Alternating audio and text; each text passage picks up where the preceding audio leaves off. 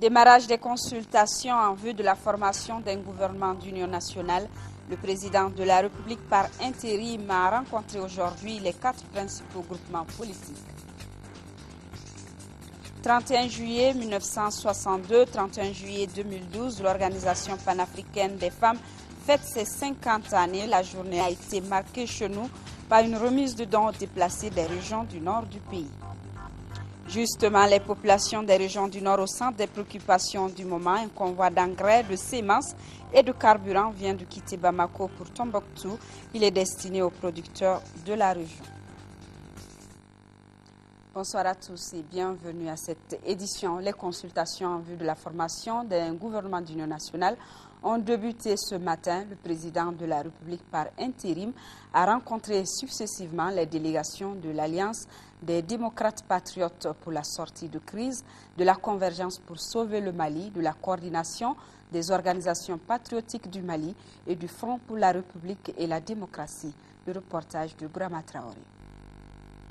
Quand le temps est compté, il faut aller vite et même très vite. Le président de la République par intérim semble bien comprendre. Le professeur Diongounda Traoré a entamé ce mardi des consultations en vue de la formation d'un nouveau gouvernement d'union nationale, une activité qui se déroule à huis clos. Et c'est le regroupement politique ADPS qui ouvre le bal. Après d'une heure d'échange avec le président Traoré, la délégation sort avec une précision sans embâche.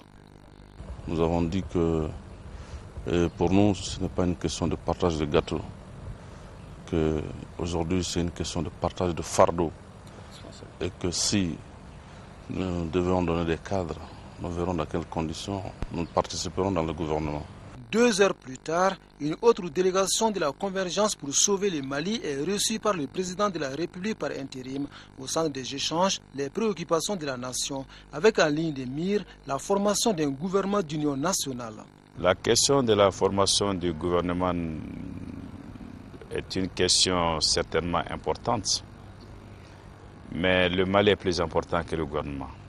Nous avons parlé du Mali, mais le Mali comporte aussi le gouvernement.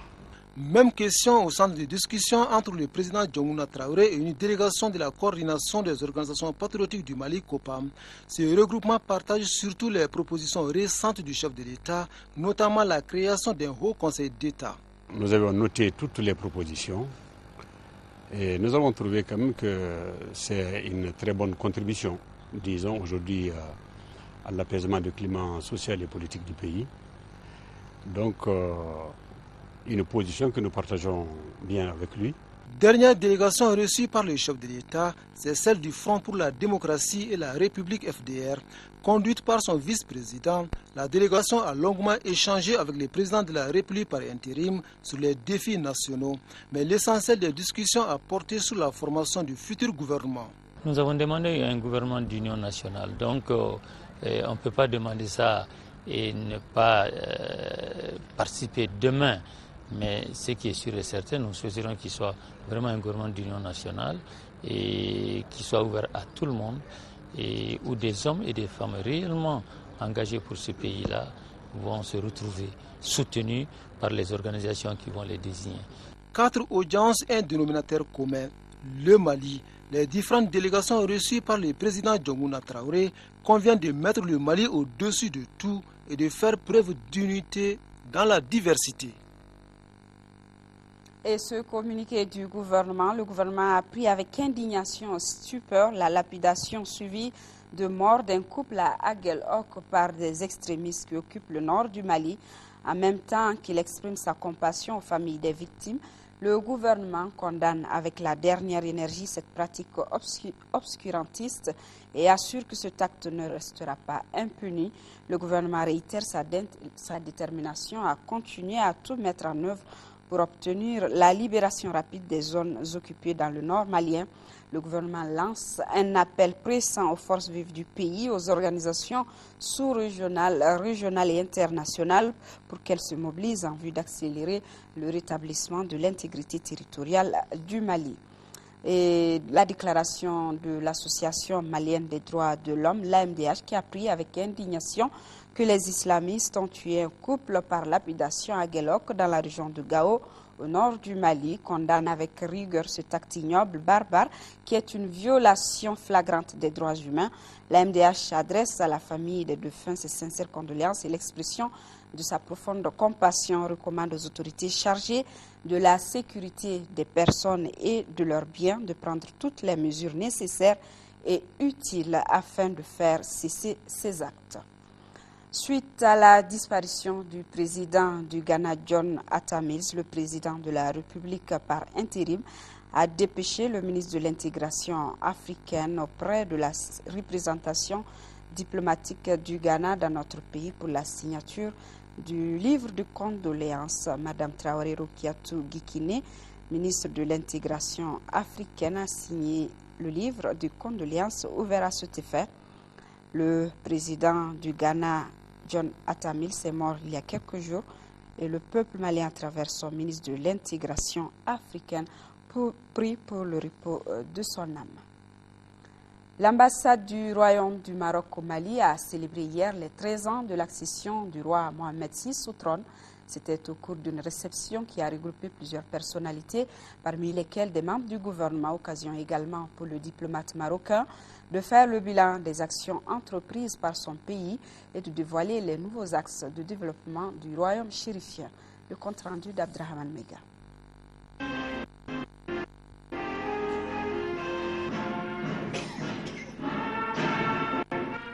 30 juillet 1999, 30 juillet 2012.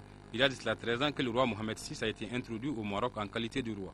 C'est pour commémorer le 13e anniversaire de son accession au trône que l'ambassadeur du Royaume du Maroc vient d'organiser la présente réception. Cette cérémonie, qui a regroupé d'importantes personnalités, des ambassadeurs des pays amis et certains membres du gouvernement malien, a permis à l'ambassadeur de tirer un bilan à mi-parcours des grandes réalisations entreprises par son pays pour se développer. La rencontre a également permis à la représentation diplomatique marocaine au Mali d'aborder certains grands chantiers du développement de son pays. Nonobstant les contraintes liées surtout à la dépendance énergétique, le Maroc, bénéficiant de sa stabilité et de son expérience de bonne gouvernance de ses ressources, est sur la voie du progrès et demeure ouvert à partager son expérience, notamment avec les pays du Sud, dans le cadre de la coopération Sud-Sud. Cette réception a également été l'occasion pour l'ambassadeur de faire le bilan de la coopération bilatérale entre nos deux États, mais aussi et surtout entre son pays et le reste du monde. Pour Hassan Nassiri, la coopération entre le Mali et le Maroc se porte bien et même très bien.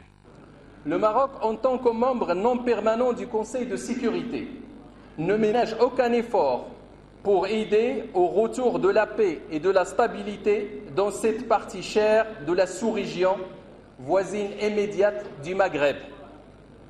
Le Maroc continue d'appeler au retour à l'ordre constitutionnel et à la préservation de l'unité nationale et de l'intégrité territoriale du Mali. Pour la gestion de la crise que traverse notre pays, le Royaume du Maroc, selon son ambassadeur, apportera tout son appui et son assistance pour aider notre pays à recouvrer très rapidement son intégrité territoriale. Il a également promis que son pays continuera à apporter son soutien aux populations démunies. Cinquantenaire de l'Organisation panafricaine de la femme, paix et sécurité, un défi pour les femmes du Mali. C'est le thème national de la panafricaine. L'événement a été marqué ce matin par la remise de 5 tonnes de riz et des centaines de kits aux déplacés du nord du Mali. Ramata Konaté a suivi l'événement. L'heure était à l'émotion et à la tristesse en Commune 5 lors de la célébration de la journée panafricaine de la femme, placée cette année sous le thème national cinquantenaire de l'OPF, paix et sécurité, un défi pour les femmes du Mali. Situation sécuritaire du pays oblige. Sur la question, une lycéenne de la région de Tombouctou témoigne. Le 1er avril 2012 a été pour nous à Tombouctou une journée triste où tout le monde pensait que c'était la fin du monde. Nous entendons des coups de fusil de toutes sortes. Ma ville que j'aime tant, où il faisait bon à vivre, se retrouvait du coup sans justice, sans sécurité, sans administration.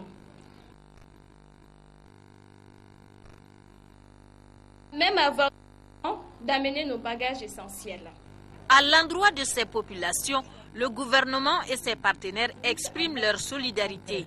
Ils ont offert 5 tonnes de riz et des centaines de kits aux déplacés des régions de Gao, Tombouctou et Kidal. Les autorités ont rassuré les bénéficiaires en ce qui concerne la mobilisation des ressources. Soyez assurés que le gouvernement, l'ensemble des Maliens, de l'intérieur, de l'extérieur, sont mobilisés pour pouvoir vous apporter soulagement et accepter nos excuses si, malgré vos attentes, nous n'arrivons pas à répondre à tout et à tous.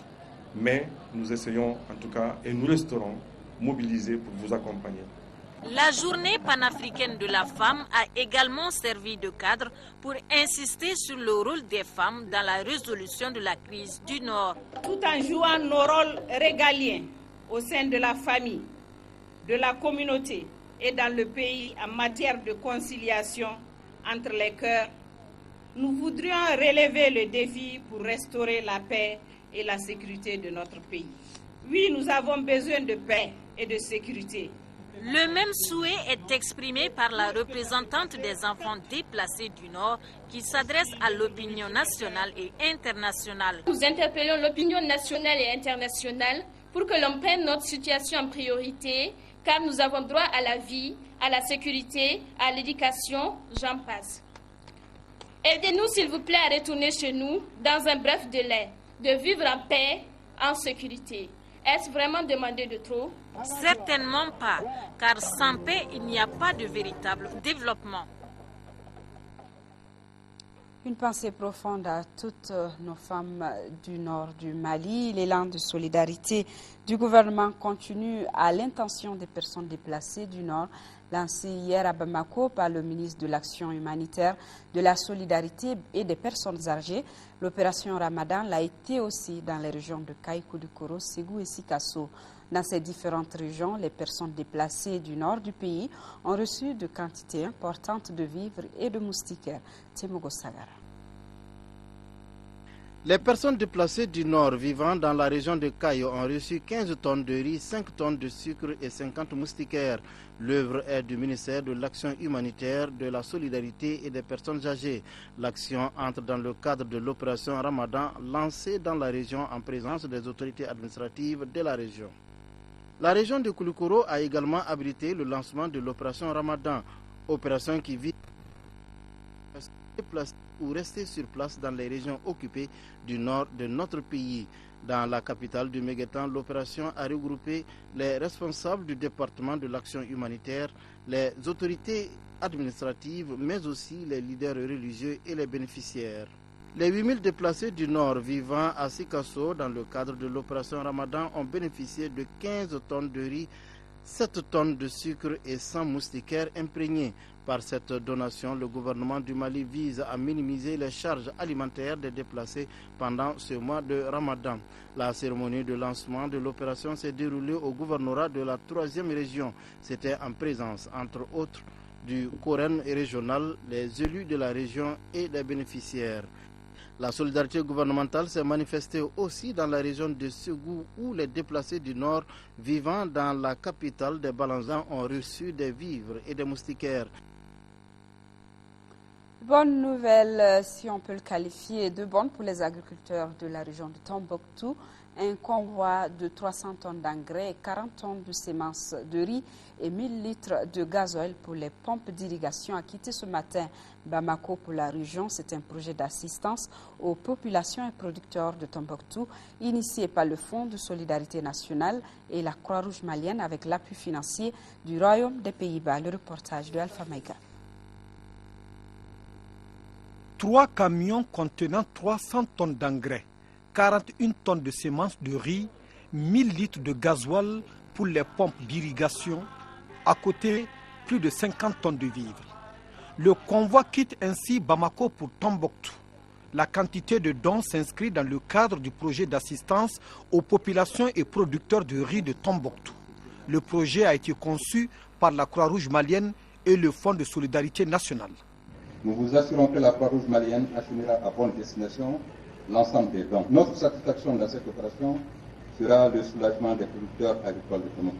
Notre raison d'être, c'est de pouvoir aider, c'est de pouvoir apporter la solidarité et l'entraide dans le pays. Redynamiser l'économie dans une localité qui est une zone risicole.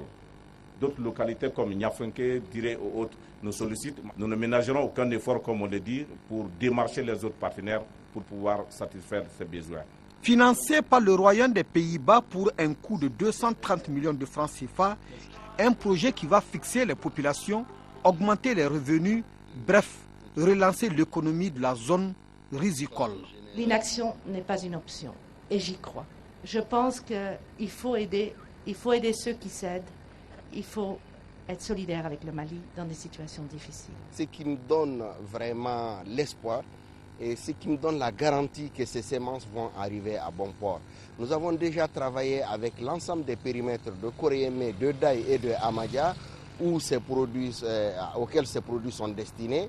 Et déjà, un premier travail a été fait sur les périmètres. Les producteurs sont bien organisés. Nous avons déjà commencé le travail et ils sont attendus.